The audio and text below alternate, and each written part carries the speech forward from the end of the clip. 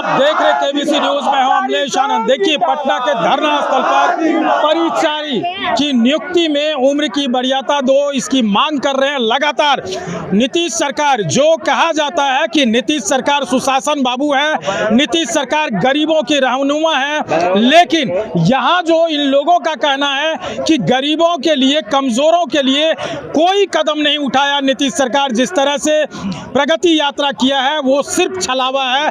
क्या कुछ कह रहे हैं जरा हम जानने की कोशिश करते हैं। आप महिला हैं जी, महिला सशक्तिकरण की बात करते हैं नीतीश कुमार, और आप अभी सड़क पर खड़े हैं, क्या कारण है?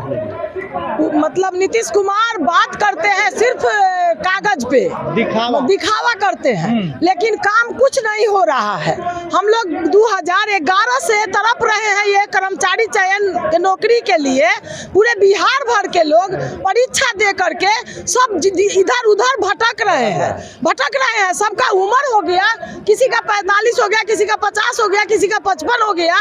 ये सुन नहीं रहे हैं, अपना दिमाग में क्या कर रहे हैं समझ में नहीं आ रहा है। नियुक्ति की आश्वासन दिया था सरकार। हाँ दिए थे।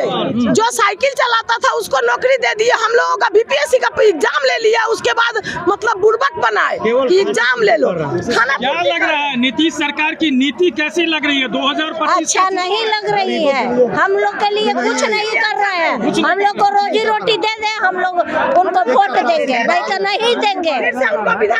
हम लोग नहीं देंगे। क्या कहेंगे इस पर? एक सूत्री में चुनाव है, देखिए एक सूत्री मांग है। पूरे बिहार के कर्मचारी परिचारी का मेंटर है, मांग है। पूरे परीक्षार्थी 12,000 हमारे हैं और रिक्तियां है 50,000। सबकी नियुक्ति करे। जितने परीक्षार्थी है 2000 से अब तक से झुलाए हुए हैं नीतीश सरकार, सबका नियुक्ति करे। और अगले बार अगर नहीं देते हैं तो इनको वोट नहीं मिलेगा नीतीश कुमार जी को। ये गारंटी कह रहे हैं हाँ, वोट नहीं देंगे। नहीं देंगे, नहीं देंगे।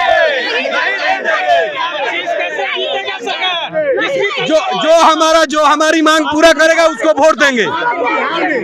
बिहार में 12,000 सीटें हैं हम लोगों की, चपरासी की।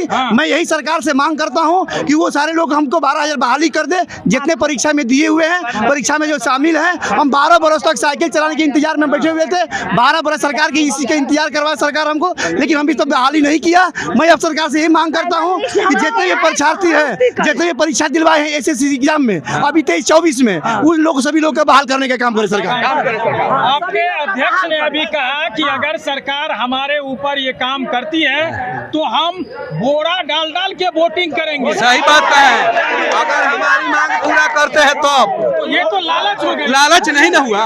हम जब उनको ढो रहे हैं तो उनको भी तो मेरा पेट भरना है। सब लोग तो यही बात कर रहे हैं। सही बात कैसे वो प्रगति यात्रा किए, किसी पब्लिक से मिले, किसी पब्लिक से नहीं मिले, गाड़ी में बैठे और चल दिए। सुनिए ना सर, लालच उसको कहते हैं कि बड़े बड़े पदों पर कुर्सी के लिए लड़ाई लड़ता है। हम तो एक चपरासी की लड़ाई लड़कर मांग रहे हैं सरकार से कि मुझे रोजी रोटी की कमाई के दे दो, मुझे सरकार रोजी रोटी कमाई दे दो। एक चपरासी की क्या नौकरी की औकात है जी? हम सरकार से 12,000 कहते हैं कि पूरे बिहार में जितने लोग हैं उसकी नौकरी देने का काम करते हैं। साहब नहीं बनना ही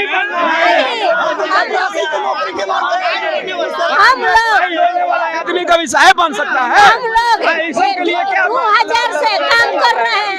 हम लोग फ्री में सेवा कर रहे हैं, लेकिन हम लोग